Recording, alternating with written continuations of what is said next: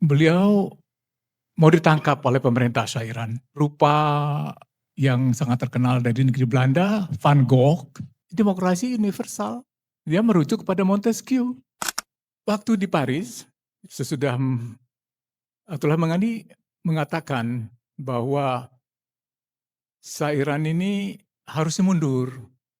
Karena pertama, dia kejam.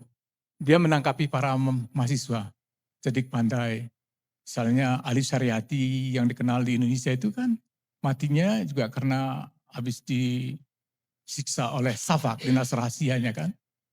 Itu kan tekanan batin, tekanan fisik, itu kan luar biasa kejamnya. Dan jangan lupa bahwa Teheran merupakan pusat dari operasi se-Asia dari Central Intelligence Agency. Jadi Indonesia itu operasinya diatur dari Teheran. Ini buat kita betul. Operasi menjatuhkan Tiongkok, menjatuhkan India, itu semua diatur dari situ. Ketemu pada waktu kedutaan itu diduduki oleh para mahasiswa pendukung Ayatollah Khomeini. Semua dokumen itu coba dihancurkan, nggak berhasil. Yang sudah dihancurkan, dirobek dengan mesin itu ya, berkeping-keping, dipulut, dikasih tape, jadi satu semua. Bisa kebaca, dipamerin di daerah, tunjukin. Ini dokumen-dokumen semua. Jadi kita tahu sejarahnya. Sejarah Kongkoli Kong Shah dengan Amerika Serikat, dengan semua itu ada gitu. Jadi mundurlah kamu. Pertama kamu kejam. Kedua kamu tidak memperhatikan orang miskin. Karena kalau kita lihat desa-desa di sana itu kan tertinggal. Nggak ada listrik, banyak kan nggak ada air. Jadi padahal kan sulit juga ya, karena itu kan masalah air di Iran itu kan ada, meskipun mereka mengembangkan teknologi pengairan yang the best lah in the world gitu ya zaman dulu. Dari gunung-gunung dinaik, kemudian turunkan dari bawah, dinaikkan ke gunung gitu segala macam. Nah, yang ketiga, Anda tidak memperhatikan para pedagang pribumi kalau kita. Pedagang kecil, pedagang asongan. Kalau UMKM itu di bagian M paling ujung, artinya mikroekonomi. Bukan usaha kecil menengah, tapi mikro.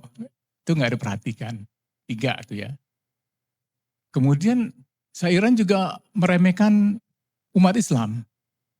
Kenapa? Karena tahun 1970-an awal itu dia membuat pesta ulang tahun penobatannya besar-besaran di Persepolis. Persepolis itu kalau ke sana harus ke sana kalau ke Iran ya, itu peninggalan-peninggalan ribuan tahun yang lalu, seperti di Yunani ada ini gaya Iran. Arsitekturnya yang dipertahankan sampai sekarang pun. Dan di situ dia menjamu puluhan kepala negara. Dari Amerika, Ratu Inggris, semua datang, dibiayai, dikasih tempat yang mewah gitu. Dan dalam pidatonya dia mengatakan bahwa dia adalah keturunan dari Darius Agung katanya. Sirius Agung, raja-raja gitu. Dan dia memang nggak pernah dalam catatan itu bicara tentang bahwa dia itu adalah seorang muslim gitu kan. Itu juga, jadi masalah kultural dan agama di sini kan. Ya. Buat saya sebagai orang yang ditrain juga di antropologi, ini catatan penting ini. Kemarahan yang terpendam karena merasa dizolimi yang bertahun-tahun gitu kan. Itu juga, ya 4, ada yang lain tapi 4 pokok itu yang penting ya. Yang nomor 5 mungkin pendidikan. Karena pendidikan itu juga nggak seimbang antara pendidikan di urban dan pendidikan rural. Kayak pesantren-pesantren sana kurang diperhatiin, jadi hanya orang-orang ulama-ulama dan yang lain-lain itu yang membiayainya kayak gitu. Itu juga ya, ada 5 faktor aja, ada faktor-faktor lain, tapi 5 itu hal yang penting. Kenapa? Karena 5-5-nya itu, satu lagi yang paling penting 6, pentingnya rule of law. Itu dia kenapa Montesquieu menjadi penting, karena buat Montesquieu menulis l'esprit de la loi gitu ya, semangat dari hukum, itu filosofi dan itu penting. Karena itu waktu dia pulang, sebelum pulang itu cukup panjang periodenya 1 tahun memutuskan akan pulang atau tidak. Tapi akhirnya Imam Khomeini dan para pendukungnya itu ya, para pendukungnya itu datang dari Amerika Serikat, dari seluruh Eropa. dari Australia juga ada yang terkenal di antaranya itu yang memang sudah mempunyai kaki kuat di Eropa, di dunia intelektual adalah Bani Sadr. Dia sudah doktor Deta waktu itu ya.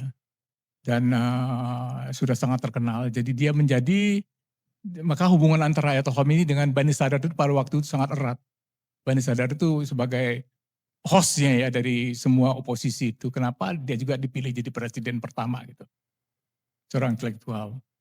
Ali Syariati sekolahnya juga di Sorbonne juga. Tradisi. Dia mengatakan Sairani tidak berubah. Karena itu dia mau pulang, dia ingin mengubah Iran gitu.